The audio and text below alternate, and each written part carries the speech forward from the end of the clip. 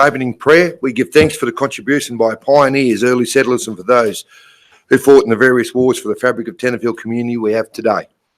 May the words of our mouths and the meditation of our hearts be accepted in thy sight, O Lord. Amen. Acknowledgement of country, I would like to acknowledge traditional custodians of this land who are meeting on today. I'd also like to pay respect for the elders both past and present, the Juckable, Kamilaroi and Bundjalung nations, and extend that respect for other Aboriginal people present. Councillors, with apologies, we do have an apology from Councillor Bob Rogan. Can I have a move and a seconder to deal with that, please? Councillor Sawyer, thank you, and seconded by Councillor Brian Murray, and I thank you. All in favour? Against? Carried. Disclosures and declarations of interest, councillors? No. Confirmation of the previous minutes, councillors, with approval from you. Do you want to do the both meetings together, the meeting in 22nd of May and the meeting 29th of May, so that someone who was in attendance at that meeting like to move that they are a true and correct record? Councillor Tom Peters, thank you. Seconder, please. Councillor John McNish, thank you. All in favour? Against? Carried.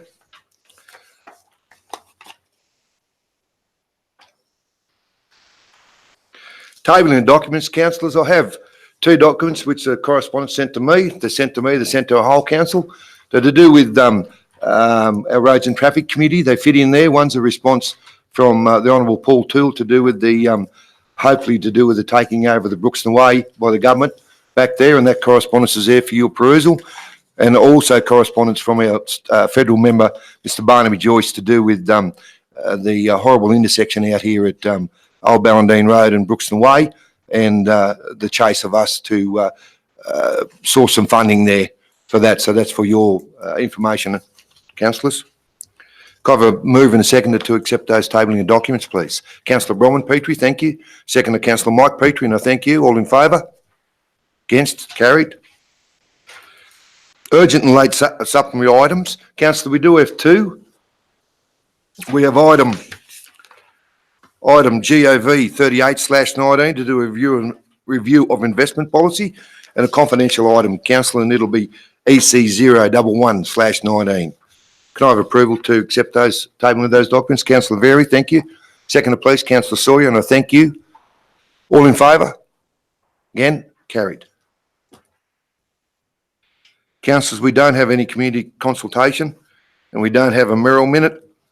Recommendations for items to be considered in the confidential section. We do have one, which is the addendum we've just accepted, and it is item EC 011/19. Can I move in a second that we deal with that in the confidential part of our meeting? Councillor Gary Very, thank you. Seconded by Councillor Bronwyn Petrie, thank you. All in favour? Against? Carried. We start with our reports, councillors. And in your hard copy, councillors, we're on page 29, and it's item EC 08/19, Truck Wash Options Report. Can I have a move and a second to deal with this one, please? Councillor Very, thank you. Seconded by Councillor Mike Petrie, and I thank you. All in favour? Against? Carried. I'll hand over to, and welcome Dave.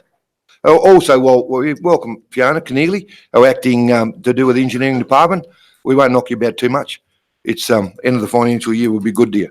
But welcome, and I wish you well in your time as acting, and you go with the full support of this council. So thank you. I hope you have a good day. So I'll hand over to Dave Council to present this report. Thank you, Dave. Councillors, we have the first report here for the truck wash option. Previously, we had submitted some proposals and had a proposal in with a development application for a truck wash and double loading system at the existing complex, just to the east of the existing sale yards complex. The council previously asked us to go back because of the tenders that we received were in excess of our budget. We decided to go back and look at other options. There have been some other options discussed, and we've just briefly outlined some of the considered options there that we might have been able to investigate. The recommendation actually calls for us to now carry forward and look at a more detailed design on an option for the truck wash only, to be in the northern section of the council depot. It's a council property. the council property is located in Riley Street, but goes right through to Cowper Street, which is the highway. So we're envisaging that we might be able to get access off the highway, therefore minimising the impact on local roads and making it more easily for general trucks to use the truck wash. Any questions to Dave to do with the report? Councillor Bronwyn? Thanks, Dave. Will that include, do we have to cover it? Yes, it's highly likely that we will have to cover it because of the trade waste regulations.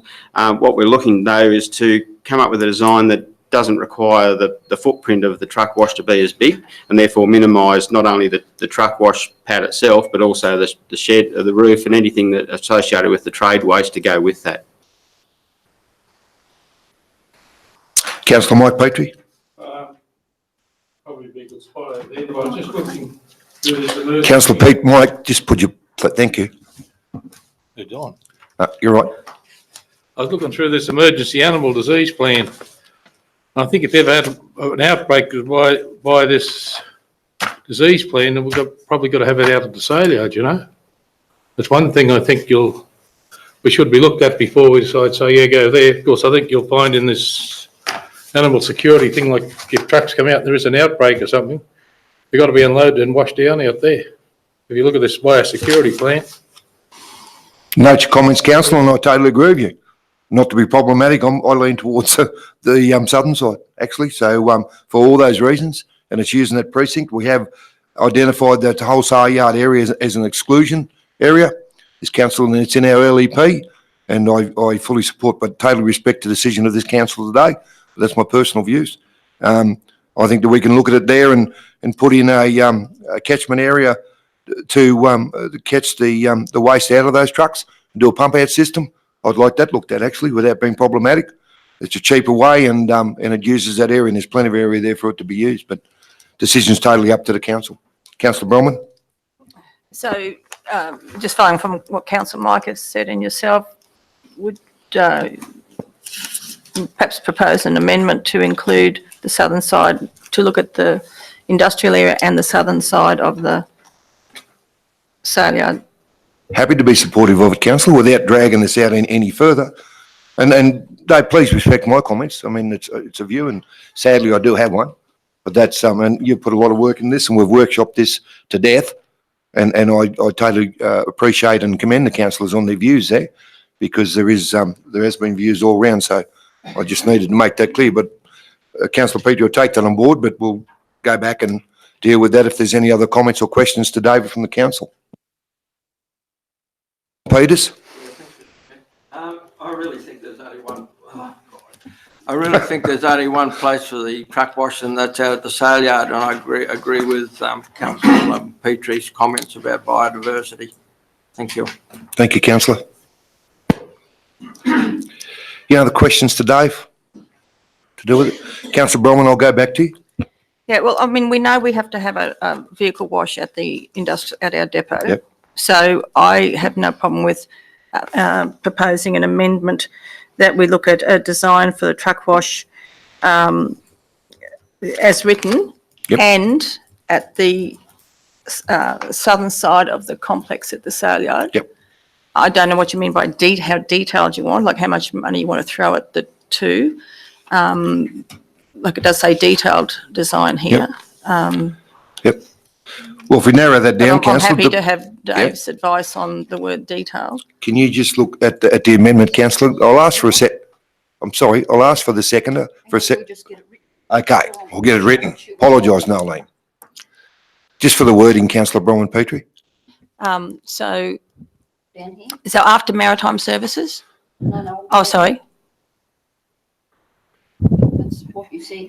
Yeah, no, so my amendment would be that council requests that a detailed design for a truck wash, including current design information where practical, for a site at the northern area of council's Tenterfield depot, including input from relative government agencies such as Roads and Maritime Services, and also on the southern side of the complex at the Tenterfield Saleyards, be prepared and resubmitted to council for consideration. I mean, it is giving us two options, which has knocked it down from 9. Yep, So fair point. So, councillor, you're happy with that wording then now, when Nolene finishes it? Yep. We'll have a question from That's your amendment, those words there? from our CE before I ask for a seconder. Mr. Dodds. Three, Mr Mayor. So councillor Petrie, is what you're saying that the engineering department bring back to council 2 designs for further consideration? Do I have a seconder for that amendment? That to, instead of the word also, and additionally, a design for a truck wash. So no, above, after maritime services, get rid of it also. Change that and additionally, a design for a truck wash.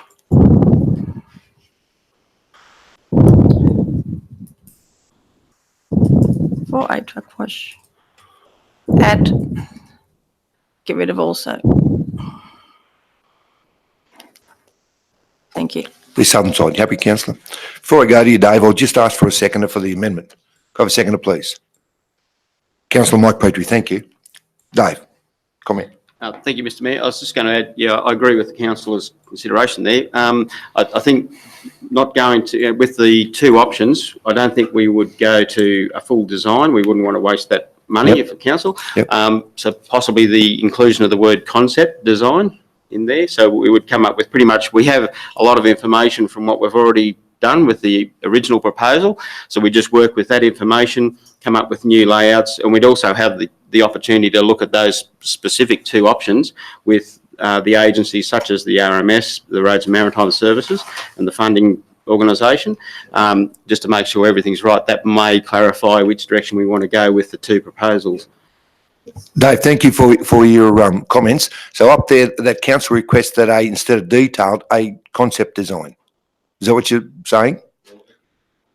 Sorry, it can be a detailed concept design, but it just won't be the Yeah. final nuts and bolts Yeah. design. Councillor Bronwyn, you happy to put that after detailed?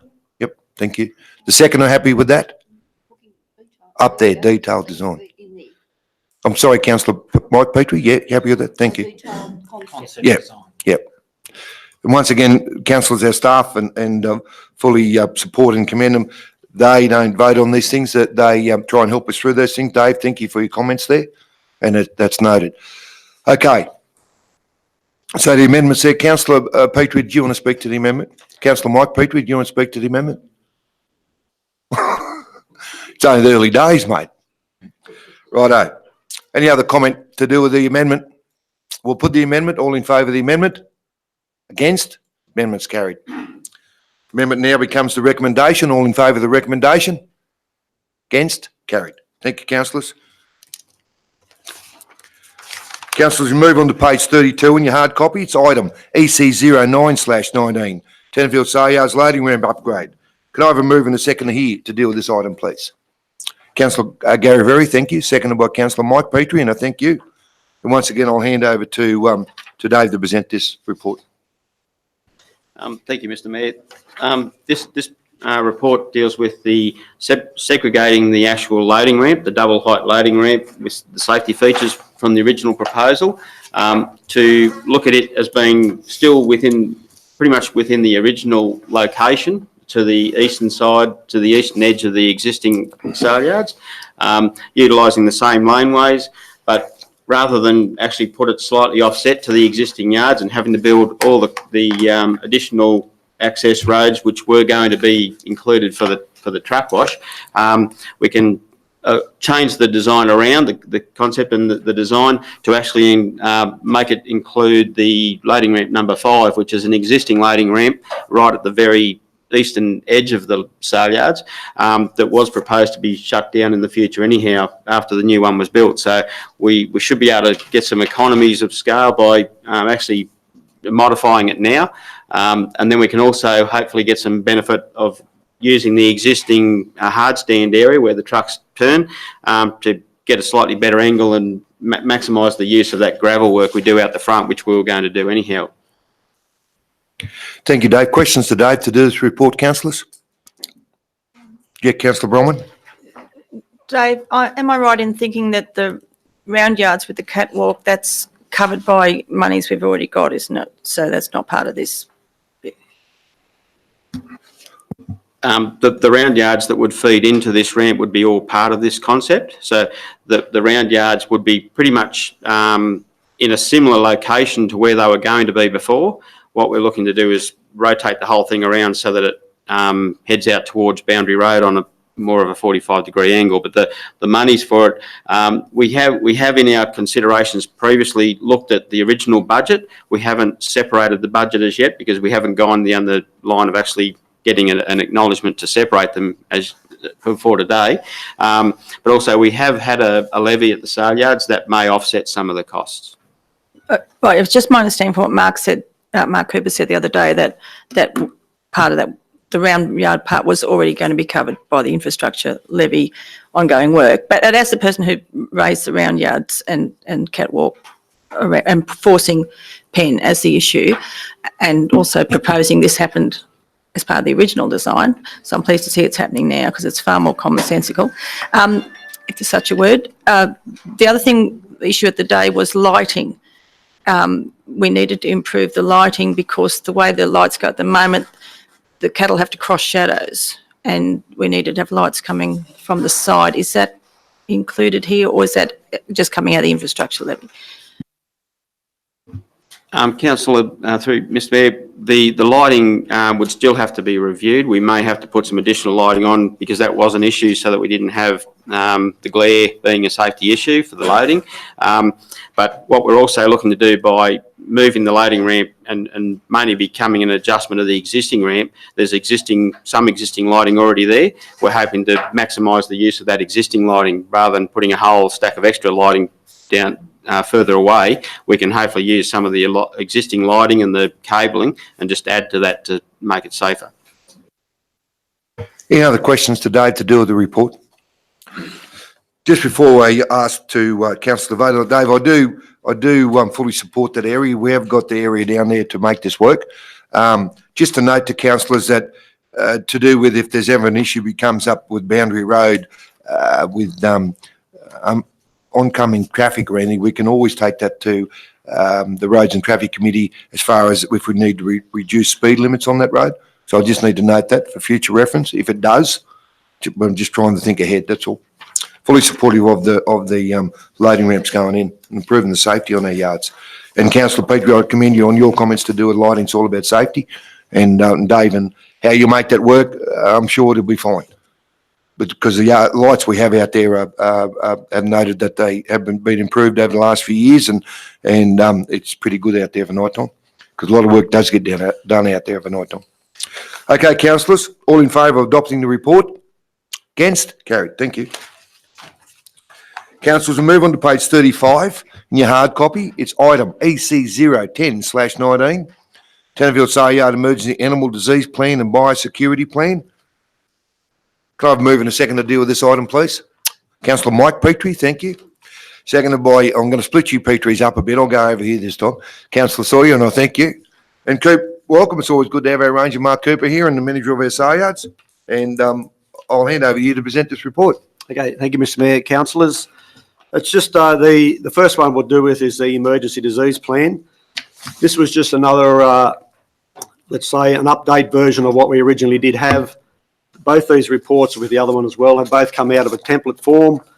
So the emergency disease plan has just been really simplified for the case if there is a national livestock standstill anywhere as to what happens, who's in charge, who takes the roles, and same again if there's something notified at the sale yards which they're informing could be foot and mouth or another disease of some sort that may require an emergency disease plan. So just a short brief of what will happen in this one. The emergency disease plan is the DPI will take over the role of the yards, followed by the local land services, the district vet. Council come in on the third. We take instructions as to what they want to see happen. And then just through the booklet, there's pieces on contact numbers. There's an order to go to the paper. Who does that? We've got maps and so forth of to the extremities, or if we have to decease stock at the yards, places where they can be buried. And pretty much it's just an overall view of the safe practices that would happen in the case of an emergency disease plan.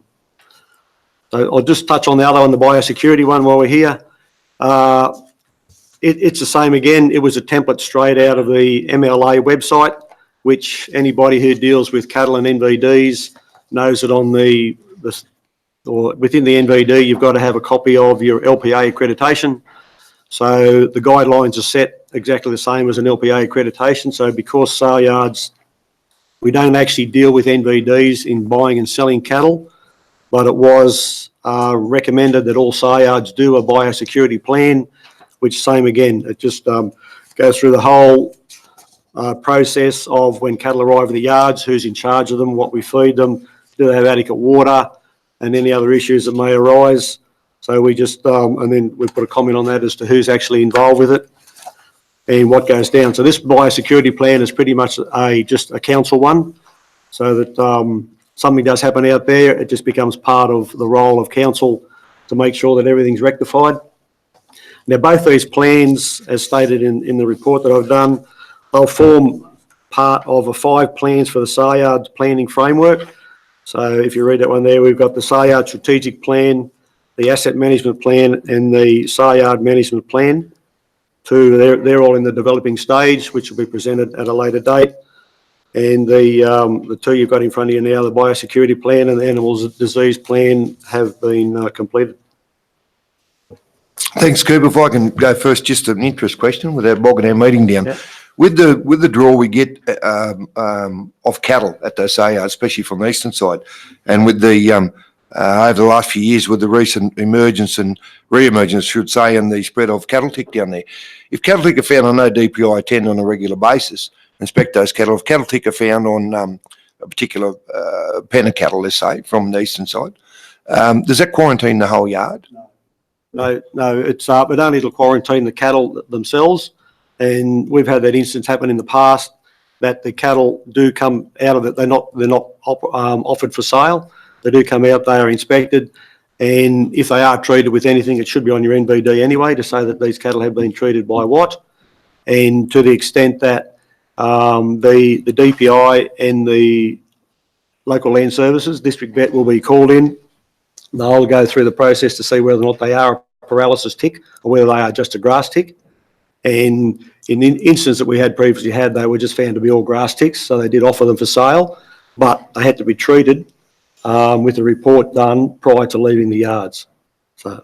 Thanks. Any questions to Mark to do with the report, councillors? Councillor Mike, I'll go to you first, then to you, Councillor Bromwich.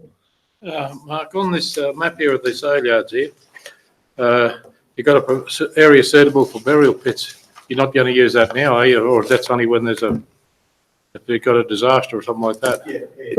Yes, that will be only, as a worst case scenario, if some animals do have to be destroyed within the sale yard where they cannot leave the premises. So we've got those 3 adjoining paddocks. So we've just, as I said, where the drawing is there, we've got 3 places. We know that the proposal for the truck wash went into that, but talking to the LLS, that providing there's nowhere near the water course, we're right to do it. Thank you, Councillor. Councillor Bromwich, question to Coop? Yeah, I've just got a few there. Mark, with that burial pits, I thought they had to be burnt. Foot and mouth animals had to be burnt. No, they can be buried, providing that you do put lime and decomposition of them, so that they do. So they sit there, we've got, if there's a big number of them, but it's the same process as if we just put lime on them, it just decomposes them a lot quicker. My other questions relate to, if you page 6 and 7 and 8, it's all to do with the one issue, which is if you have an affected animal or animals, and it's got there on the 4th dot point, isolate the affected animals to minimise exposure to other animals or people until the government staff arrive. Then it says, cease loading any stock and make every effort to ensure the transports do not leave the premises until the situation is clarified by a veterinarian. And then where they refuse to wait, encourage them to use the truck wash, etc. My issue is, often when we sell cattle, where they're in several pens, like they come in and then they're split out. So it's not just to isolate the affected animals. Wouldn't it also be immediately determined if those animals have arrived at that sale yard with other animals? That should be in there. So that, like, say we bring up a few loads of cattle, like say weaners or whatever, and we might have 6 pens of of cattle there. Well, it's no good isolating the ones where there might be a few cooked-looking ones. You've got to see what other animals those have arrived with. Yeah. So, but it's not here. So, sorry, but But yeah. it just says isolate the affected animals. There's no step point there for people to think, well, hang on, I also have to isolate any animals that vendor has brought in Well, at the same yeah, we time. possibly could reword that to say that. Yeah, you and know, also not- sometimes not you a get pen, split not a vendor. loads. Like, a truck might pick up a front deck from someone and a back deck from somewhere else. I think that dot point has to come in there because otherwise people go, Yeah. oh, I didn't think about that at the time. Then this thing about cease loading any stock, but if they refuse to wait, encourage them. Now, what if someone's already bought a couple of those pens and, you can sell steers and you can sell heifers? Well, they might have all come in the one truck. The steers have been sold, they're being half loaded. Meantime, you found crook heifers or whatever it happens to be, bulls or whatever. If that transporter then says, well, I've got part of my load on here and I'm not waiting, I'm going to go, they may have come in with that vendor's with the affected animals. Why? I don't understand why it says where they refuse to wait, and yet on the next page it says once it's been quarantined, no animals, people, vehicles or things may enter or leave and police may be on hand to assist. Do we have something stronger at that point before the veterinarian gets there so that if there are other contaminated animals that they're not halfway around the state type of thing by the time the veterinarian gets there? Yeah, well, the way I read that was if and when cattle come into the yards, now they'll all be inspected prior to sale. So the whole course of the matter would happen prior to when they're being sold. So, for instance wise, when we go to scan cattle in the morning, they're all inspected then. The local land service authorised person comes out and inspects the cattle within that, before they are sold. And then if they've got any issues with anything, and then it's all pulled out. So that we would not offer a beast for sale if for some unknown reason that we think there is an issue with it. So, well, they're not. So there wouldn't be any loading at all because of the fact is that we wouldn't be offering those stock for sale, which means that they're not going to be loaded. So we probably just need to reword that a little bit there. Yeah, just to say the fact that.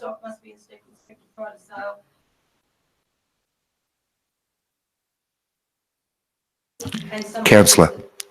Yeah, please. Unless something slips through and it's noticed during the sale, which you can understand. But that's my concern. It's just a little bit ambiguous there. And I think it needs to really be tightened up. And my final thing is, we've already seen coming into Australia several cases of foot and mouth contaminated products that have been pulled up by people at the airports in the last 12 months even, that you may not be aware of. Now, back when I first cut my teeth at DPI, our stock inspectors used to do swill feeding inspections of all cafes and food outlets so that all the scraps weren't going to pig producers, etc. Does that happen here? Because the most likely source of contaminated for foot and mouth, as we've pulled up at the Sydney Airport, in Brisbane too, I think, it tends to be on the uncooked meats like your salamis, etc. Now, if that goes into your food waste at your cafes and it then goes to something such as a piggery, that's where your foot and mouth starts. And so do we as council, when we check do we do regular checking to ensure that there is no swill feeding? Because it's my understanding some people here do go around the cafes and pick up the stuff and it should not be allowed. You're all right. No, so we don't do any of those inspections. So that we have no record of that. Sorry, councillor. I can Does say, anyone? Not the, when you say that people pick up stuff from cafes, what? Scraps? To feed to what? Their dogs? No, pigs and things. All right. All right. I could rest assured that if there was an issue where we did offer swine for sale, that you would have to consider that. But under the circumstances where, look, I don't know, it might be blatantly, they might take it home and feed it to their livestock, as in. Because they mixed with sheep and cattle and goats on the same. So, councillor, can follow that with local. okay. So, councillor, with the couple of points you've raised with Mark, I'm sure that's noted. Coop? And you raised some good points, that a bit of wording tidy up there, so we'll move on with that. Councillor Very, question? Mark, we'll go back to that knapweed, for instance. I don't know if cattle eat knapweed or not. I've got no idea. But say where the cattle come off that property and they did eat knapweed seed, is there any way that those cattle could be isolated at the sale yard till they got rid of all the seed? Yeah, what happened in that instance is there's an order put on through the Weeds Authority, there's an order put on that property so that no cattle are to leave, that if they want to sell them, they've got to be quarantined for 4 days. So which means they've fed them in the yards for 4 days to empty them out, and then they were able to sell them. Or the only other option they had was to send them straight to slaughter. So they left the property straight to Meatworks, but with the conditions they are today, now those cattle were offered for sale here not longer.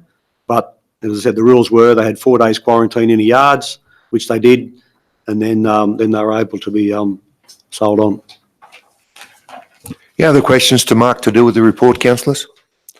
Reports there, councillors, to be adopted. All in favour? Against? Carried. Thank you, Coop. That's a revolving chair at the moment, so Tomei, welcome. Page 38 in your hard copy. Item ENV 7/19 to do with DA 2019.026 to do with a dwelling in Rouse Street. Can I have a move in a second to deal with this item, please? Councillor Very, thank you. Seconder, please. Councillor Peters, and I thank you. Well, and welcome to Tomei once again, and I'll hand over you to present this report. Thank you. Through you, Mr Mayor, councillors. The report presented to council is a development application for a single-storey dwelling in Rouse Street, Tenterfield. The report was originally presented to council at its meeting of 22nd of May, excuse me, where the matter was deferred for a site inspection by councillors. That inspection was undertaken on the 29th of May. Amendments were made to the proposed plans. Those amendments were re-notified to adjoining and adjacent property owners, after which time 2 submissions were received. Those submissions have been addressed and copies are contained within the report. The recommendation is that the application be approved, subject to conditions that are contained within the report. Thank you, Tomei. Questions to Tomei to do with the report, councillors? Councillor Bronwyn? Surprise, surprise. Tomei, I was just wondering, did you have any further information in regard to the bore? Is it a registered bore, approved bore? Through you, Mr Mayor, I did make inquiries through the Office of Water, but I haven't received a response. Yeah, of course. Yeah, well, can we, if there's no more questions, can we make any comment or? Well, I'll ask for some, well, we've got to move in a second to deal with the report. Councillor, you've asked a question to Tomei to do with the report. Is there any other questions to our town planner to do with the report? Councillor Sawyer, thank you. Did you indicate? I'm sorry. Yeah. Yep, you're on. Okay, thanks, Mr Mayor. As I advised at the previous consideration of this DA, I'm not a fan of it. I understand the process and thank Tomei for the continued good work on the reports.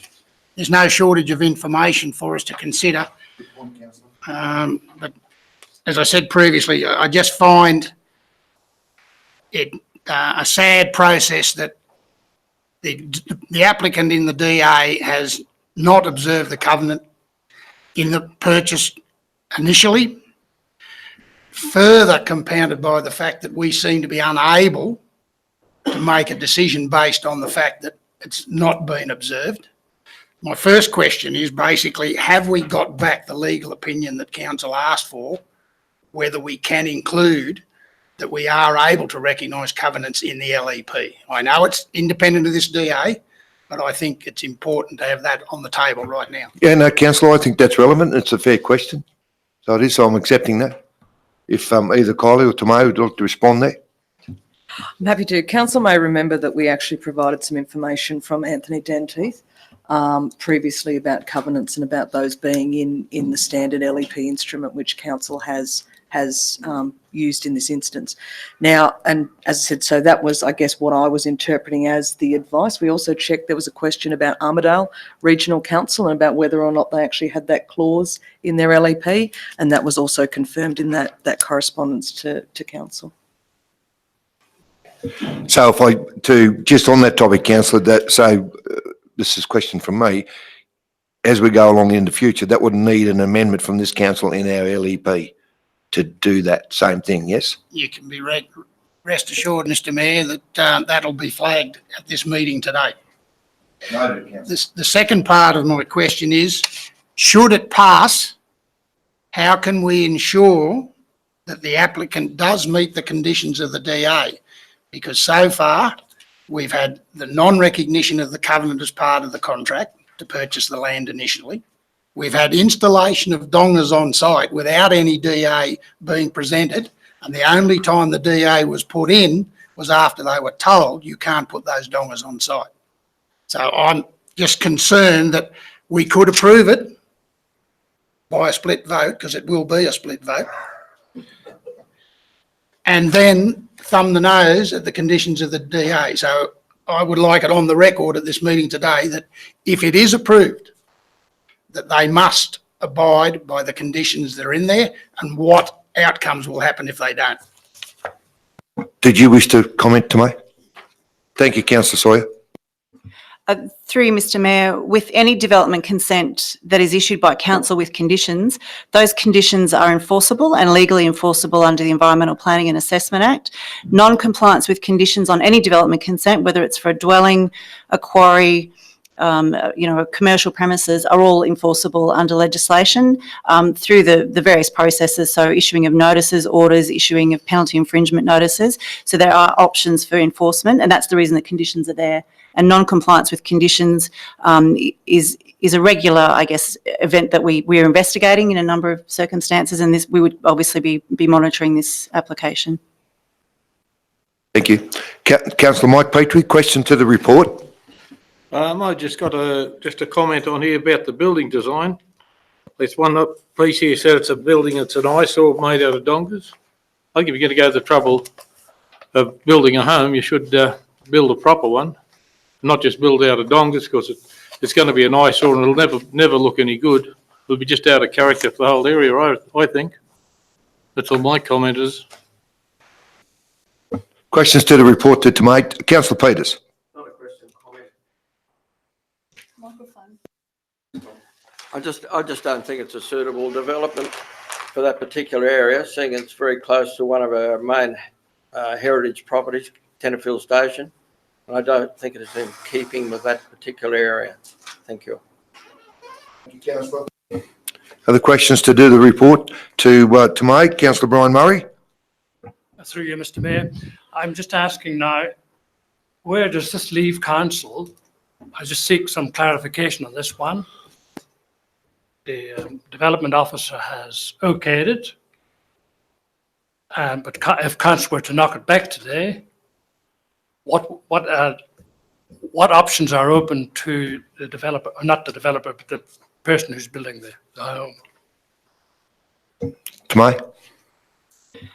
Through you, Mr Mayor, the applicant has a right of appeal to the Land and Environment Court. So they can choose to take that action if they wish, if council resolves to refuse the application. And does that make council liable then? If they were to hand that down in the court? So through you, Mr Mayor, it's a matter of, not necessarily a matter of liability, but a matter of council having to defend their decision in the court. So council would need to engage, obviously, legal representation and supporting planning reports, more than likely engage a planning consultant, because my recommendation would be different if council were to resolve the other way, to support that proposal. So it would be a matter for the court to decide. And I do need to note, and I'm only noting, Councillor Murray, that council do not budget for Land Environment Court defences, I can tell you. There's nothing in our budget. Councillor McNish. Thanks, Mr Mayor. I fully concur with Councillor Sawyer's comments, by the way. You took the words out of my mouth. On the proposal is for 3 dongas or 3 demountable buildings. Did I dream it, or was there an amendment for a 4th one to be included in this proposal, Tomei? Through you, Mr Mayor, there were some alterations made to the design, which included a section at the rear, so on the western elevation, which included a portico and extension of the kitchen. We don't have construction plan drawings, either DA drawings at this stage, but construction plan drawings would clarify otherwise. As far as I know, it's just the 3 existing. Any other questions to our town planner, to me, to do with the report? Before I come to you, councillor. No, councillor Bronwyn, did you had another question? I'll take the comment. Speaking against the proposal, and I'm concerned we have not yet heard back whether the bore is valid and legal. And I'm also waiting on hearing from the Bar Association regarding it, because we'll start with the bore. Much of the development refers to the screening impact of the vegetation.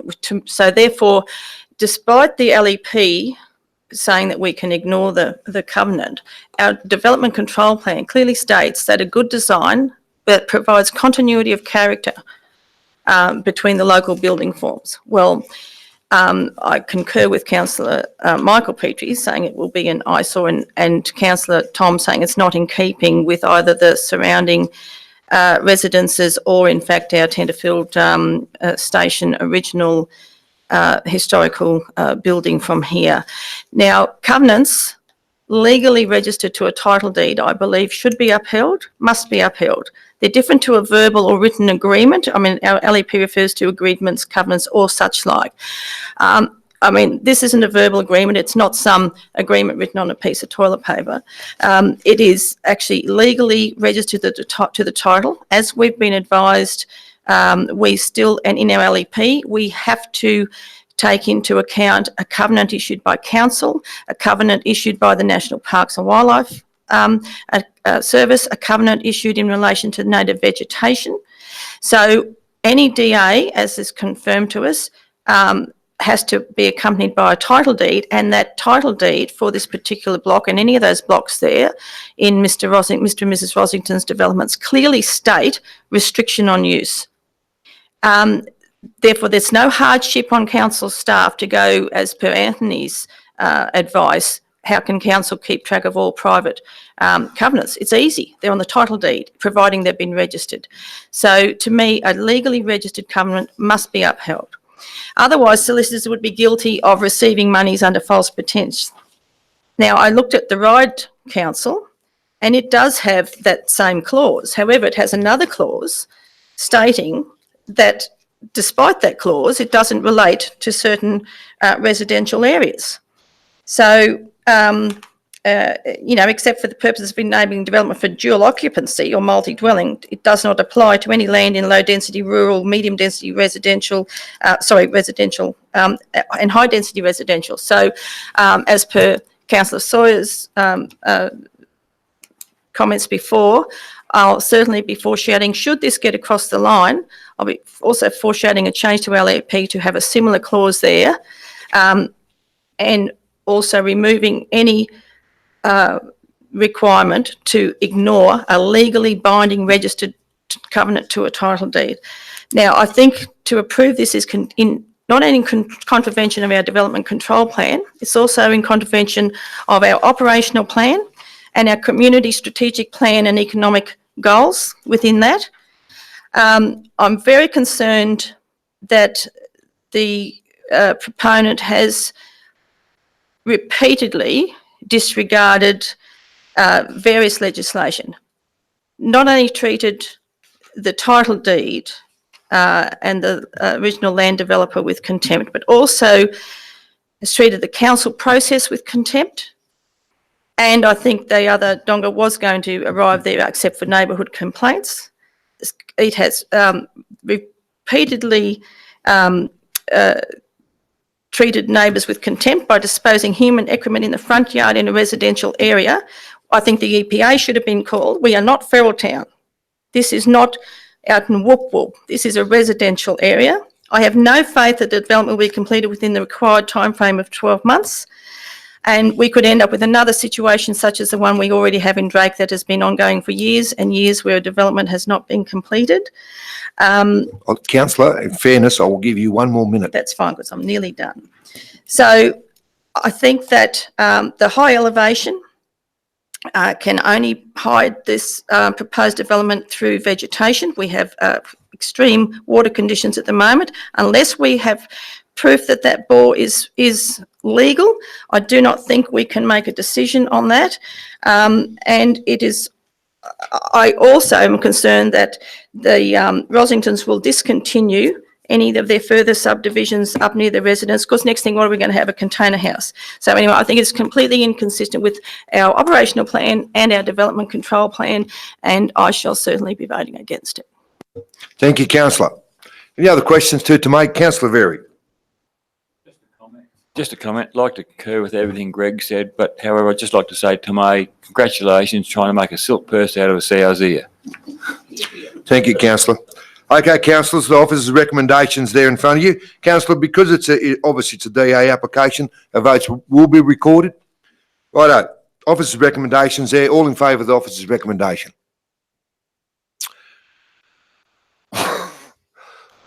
Sorry, put your hands up, please. Councillor Forbes, Councillor Murray, Councillor Petty. Against? Councillor Very, Councillor Peters, Councillor Bronwyn Petrie, Councillor Mike Petrie, Councillor John McNish, and Councillor Greg Sawyer.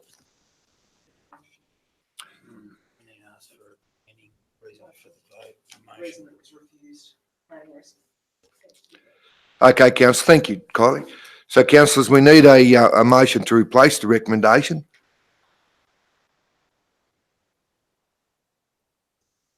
That planning reason, Yes. I'm sorry, can you just, yeah, please. Three, Mr Mayor, what council would need is a town planning rationale for the change of the motion and why the development's being refused. Councillor Bronwyn? Well, my refusal was based on not meeting the second objective of the development control plan, in that it is to provide a good design which provides continuity of character between local building forms. And secondly, because it is inconsistent. Can we slow down a bit? Slow down a bit. We've got to. Sorry, can we just go back to what the first one was? Not meeting the second. Not meeting the objectives of the development control plan. And then was that the second objective? Well, there's the second one on page 45, which is to provide for good design, which provides continuity of character between the local building forms and new development. So not meeting the second objectives of the development control plan, which states. Yeah, to provide for good design, which provides continuity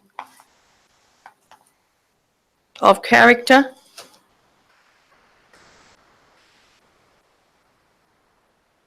etc., etc., etc. Do you need all the words from this, or we'll just take it off the? It's a motion, so. Oh, okay. Continuity of character between the local building forms and new development.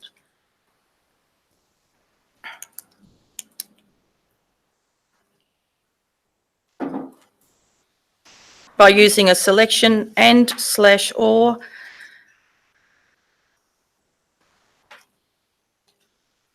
combination of characteristic elements.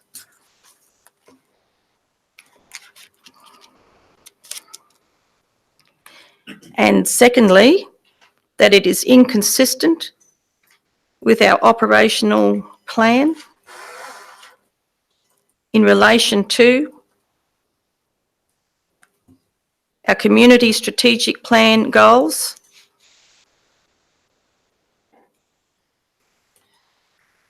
and our economy plan goals. I think it's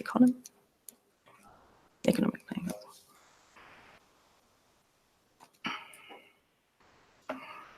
And there's several within there. I did name the three last time. So.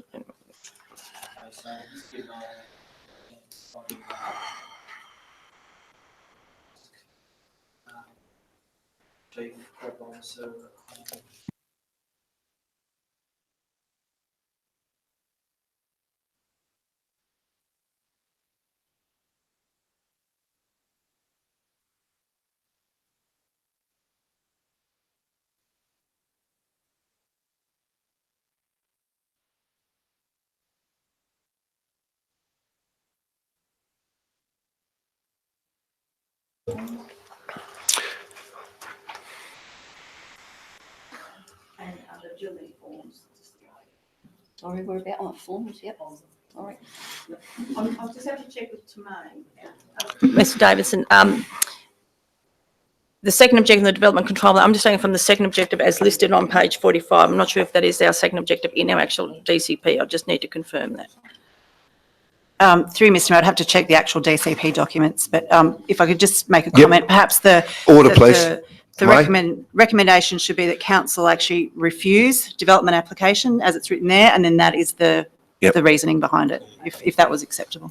Okay. Thank you, Tomei. Do I have a seconder for the amendment? For the motion? Councillor Sawyer, thank you.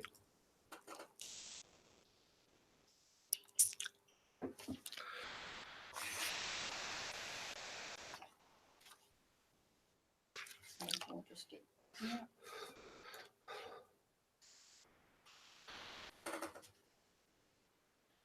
Yep. So is that the council refuse the application due to? Yep. And then go one. And then your 2 points. And just for legality, I was just wondering, Nolene, if we could add the words, the second objective of the development control plan as stated on page 45 of the report, just in case it isn't the second objective in our actual, yes. Of our paper, page 45 of our Of the business. paper. business paper, yeah. Okay. Any other comments or advice there, Kylie or Tomei, to do with the motion that's on the board? The only one, just in terms of procedure, if we can copy the first two and change the approve to refuse, because we also need council's concurrence to notify the applicant of the decision of council. So the motion reads at this point, or the recommendation of the officer reads that council approve the development application number 2019.26. If we just copy that and say reject development application 2019.26, Yep. et cetera, et cetera. Yep. So just copy those and then just insert the word refuse. The officer's recommendation would become the motion with the change to refuse as opposed to approve, because council's decided to refuse that application. Sorry, because the recommendation was lost. Yeah. Yep. So the new motion is that council reject, based on council's determinations. So down here, Yes. Council refused the application. Copy and paste the red. So we have 1, 2, and on the basis of 3. oh, okay. Yep, so once you've copied and pasted the red, just change the approve to refuse. Because you'll want All the details. the details of the application and to notify the applicant of the outcome that council's decided. Right. Council refuse. Correct? Yep. Because this is council's motion now, Yep. not the recommendation of the Yep. planner. Yep. Thank you, Kylie, for that. And so the others then become Yep. 3 and 4. Is that what happens? They then become instead of 1 and 2, 3 and 4? No? It should be 1, 2, 3. Okay, Council's right, I'll leave that. determination. And just above the one, we need that council. So under BPGS, before 1, we need that council, Oh, yeah. colon.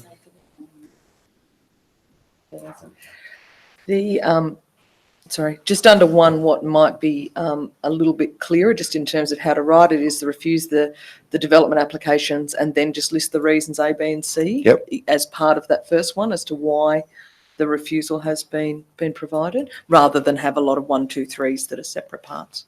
That's only a formatting. And in one, we need to delete after Tenfield subject to conditions. Because there's no condition, because it's been. And yes, a semicolon.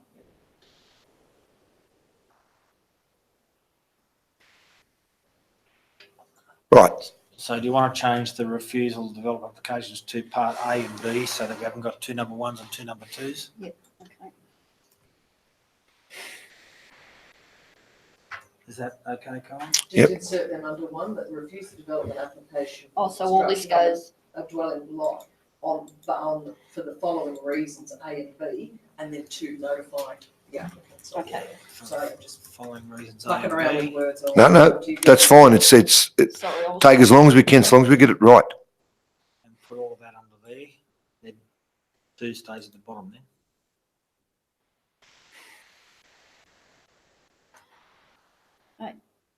How we go? And get rid of the council.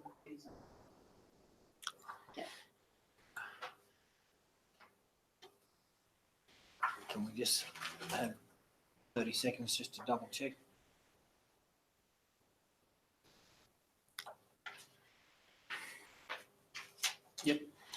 And the semicolon needs to go after you straight through. Sorry, my semicolon needs to go, That needs to be removed. oh, yeah, that'll be removed. Okay.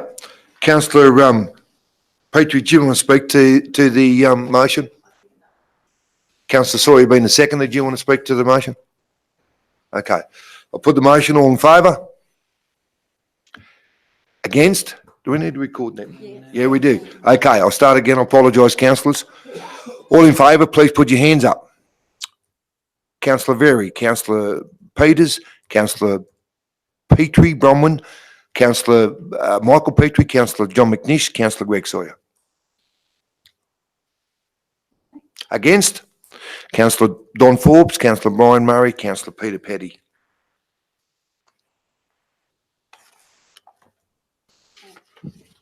Okay. We'll move on, councillors. Page 73 in your hard copy. Item ENV 8/19, Tenterfield Local Environment Plan 213, planning proposal, minor amendments. Could I have a move and a seconder here, please? Can I move and seconder, please, for this one? Councillor Sawyer, thank you. Seconder, please. Councillor Very, thank you. And once again, I'll hand over to our town planner, Tomei. Thank you. Thank you, through you, Mr Mayor. This report is seeking council's endorsement with respect to an amendment to Tenterfield LEP in line with council's resolution of its meeting of 27th of February to include the definition of a crematorium as a prohibited use in the RU5 village zoning within the LEP. This planning proposal is the first step in amending the LEP. If it's endorsed, the planning proposal is then forwarded to the Department of Planning and Environment, requesting what's referred to as a gateway determination to allow for the amendment to proceed. If the gateway determination is approved, we proceed to public notification and drafting of the plan. This planning proposal also does include some minor, what we refer to as housekeeping amendments. These were errors that were picked up just during the operations of using the LEP in terms of the heritage schedule. There's some incorrect addressing lot numbers that have been included in this just to tidy them up as well. Yep. Thank you. Thank you, Tomei. Questions to Tomei to do with the report? Councillor Sawyer, yes? Thanks, Mr Mayor. Through you to Tomei. Would now be the opportune time to extend our housekeeping to include the recognition of covenants, legal covenants in land purchases for restrictions on what can be built? Can we include it now rather than have to add it on later? Fair question, councillor. Through you, Mr Mayor, it is possible that the actual planning proposal document would need to be rewritten because the proposal and the objectives of the planning proposal only refer specifically to the crematorium and the minor amendments. Can I ask, with respect, Councillor Sawyer, Tomei, trying to make it easier without ever trying to slow anything down, would it need to, if we held over on this, would it need to come back in another report with Councillor Sawyer's suggestion in it? Like a complete new report? Through you, Mr Mayor, not necessarily. Okay. The only implications potentially are that the more separate items we include in a planning proposal, the more there is potentially for it not to get through a gateway. Okay. If it's relatively simple, and I'm not foreshadowing that the covenant one won't be simple, I don't know. Okay. If there were other issues, it may hold everything else up. So it's up to council. We can include it in the planning proposal and reword it, but I would assume that council would probably want to see the wording of that, which would mean coming back to the next meeting and holding this off until then. It's a purely only suggestion. That's all. I'm just trying to make it all work. Fully appreciate and commend your suggestion, councillor Sawyer. While we're here, get it all tidied up. I know what you're thinking, but that's what our staff are for, to give us that advice and try and work with them. So we can come back to that. We'll just decide what we're going to do there. Any other questions to do with this report? Councillor Bronwyn-Petrie. Just on, on page 77, the heritage schedule 5 items, just out of interest, the tank traps, the proposed description has a lot number. So is that'd be other land as well, and the tank traps just happen to be on it? So the heritage thing wouldn't be across the entire lot, just specific to the... So through you, Mr Mayor, the tank traps that were actually missing from the mapping are the ones that we identify, the first ones on the Mount Lindsay. They're fully contained within the TSR and they're mapped as just a circle of that vicinity. It's not private property, it's all within either road reserve or TSR. And they weren't actually mapped, so they're listed but not mapped. So that's the identifying lot in DP. So the TSR, that is one lot, is it? That entire TSR? Cool. Not unusual, councillor. I don't think. Any other questions to May to do with this report, councillors? Councillor Very, yes? With crematoriums, sort of half against this altering LEP, because crematoriums these days, you wouldn't even notice they were there. So I think it's one of those things where it's just to keep a lot of people happy more than the actual use of the crematorium. Well, obviously, councillor, you've indicated how you're going to vote, so, no. Anyway, okay, if there's no more questions to May, I'm just trying to tidy this up, councillors. Councillor Sawyer's suggested something that we try and tidy this, like with the DAs, with acknowledging the covenant, yes? And that's rough. It's not what it is what you're saying, to put it in this recommendation. Am I correct in saying this, councillor? Mr Mayor, I accept what Tamay is saying, that it might slow this Yep. one down, and I Yep. don't want to do that. All I Yep. was trying to do was to make the other one get through quicker. Yep, But I'm more than happy, as long as we have a process in place, yep. to add it into the LEP as Yep. quickly as we possibly Well, would can. you can do it to the next meeting, councillor? Yep. Happy with that? Happy with And that? bring with that as a notice of motion? Yep. Sorry, councillor?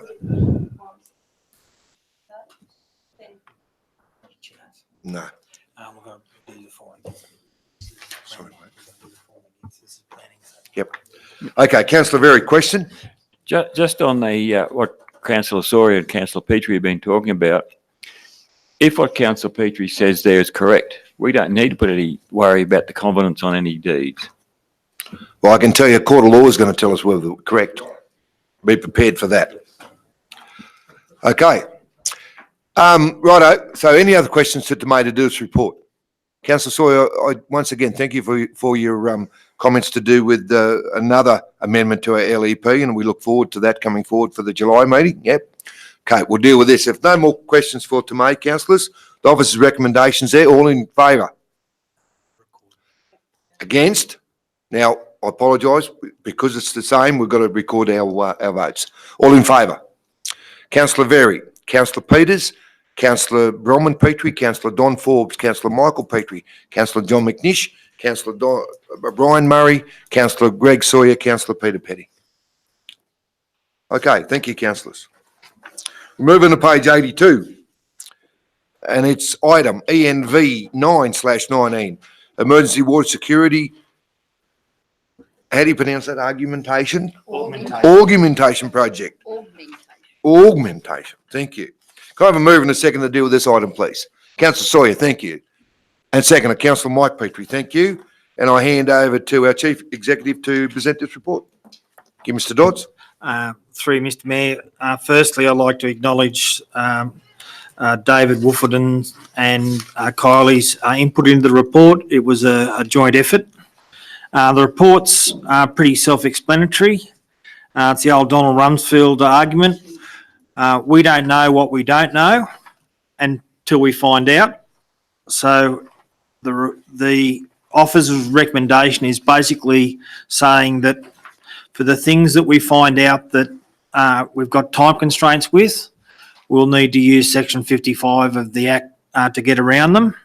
A couple of examples of which relate to us wishing to use Coffs Harbour City Council to do some electronic telecommunications work, and a boring company that consists of ex-Department of Water employees who did an employee buyout after they got made redundant in 2015 and bought all the New South Wales government's gear.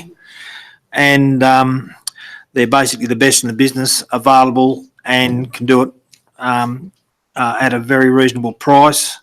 Those sort of things we won't know until something happens with the program. The program that's on page 84 has already been changed about 5 times since this was reported. As we find out new things, for example, Geo9, which is a company doing the desktop study, they've made some adjustments. DOI Water have made some adjustments. We've made some adjustments because the water quality testing is more convoluted than what we thought.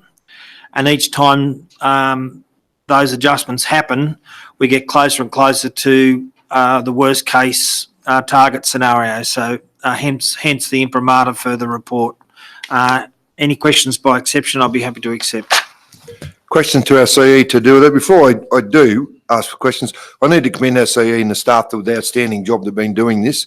It is of urgency because it'd be inappropriate of this council if we did ever run out of water. We're moving in the right direction, and it hasn't been easy, but our CE and the staff around him have been doing an outstanding job and continually, every day, dealing with government people. And as Terry says, you're not here to help us, are you? So we'd rather get on with it. But he has been doing a good job. Councillor McNish, you've indicated? Yeah, quick question to Terry, Mr Mayor. Why is the excavation up the top end stopped out at the dam, Terry? You're doing a fantastic job of moving heaps of dirt, making it bigger for the future, and it's just stopped 2 weeks ago.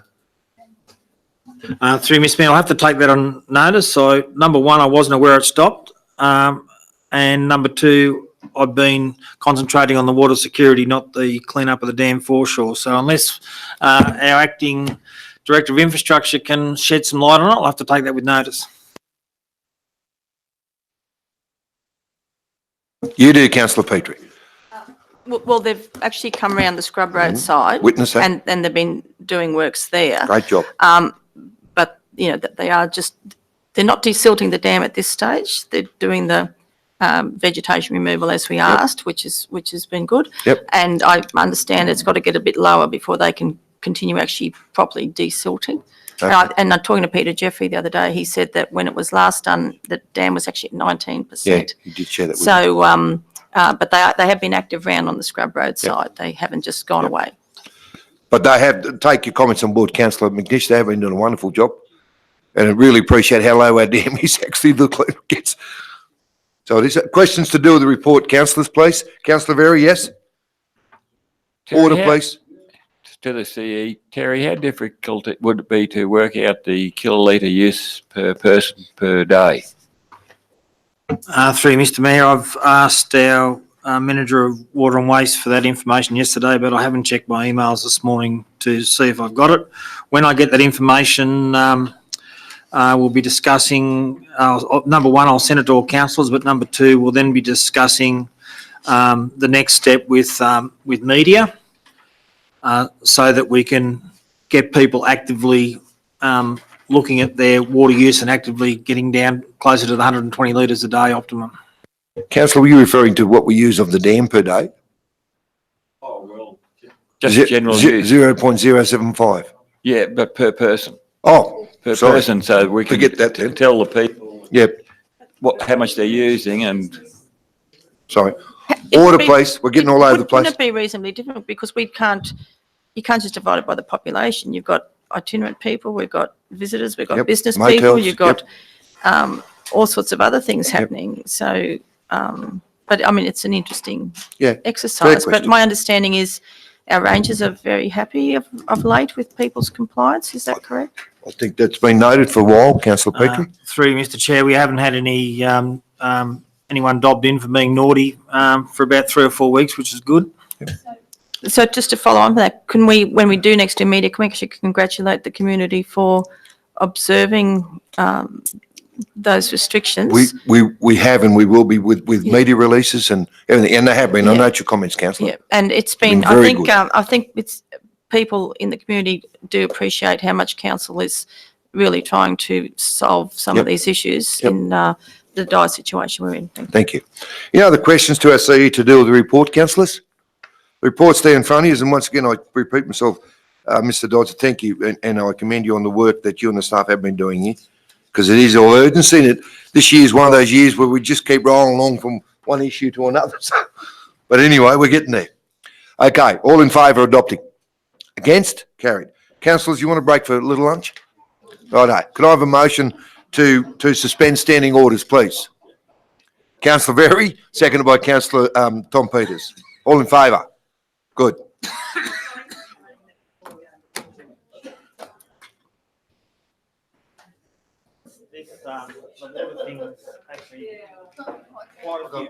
Why do you boots and they eat me pants all the time?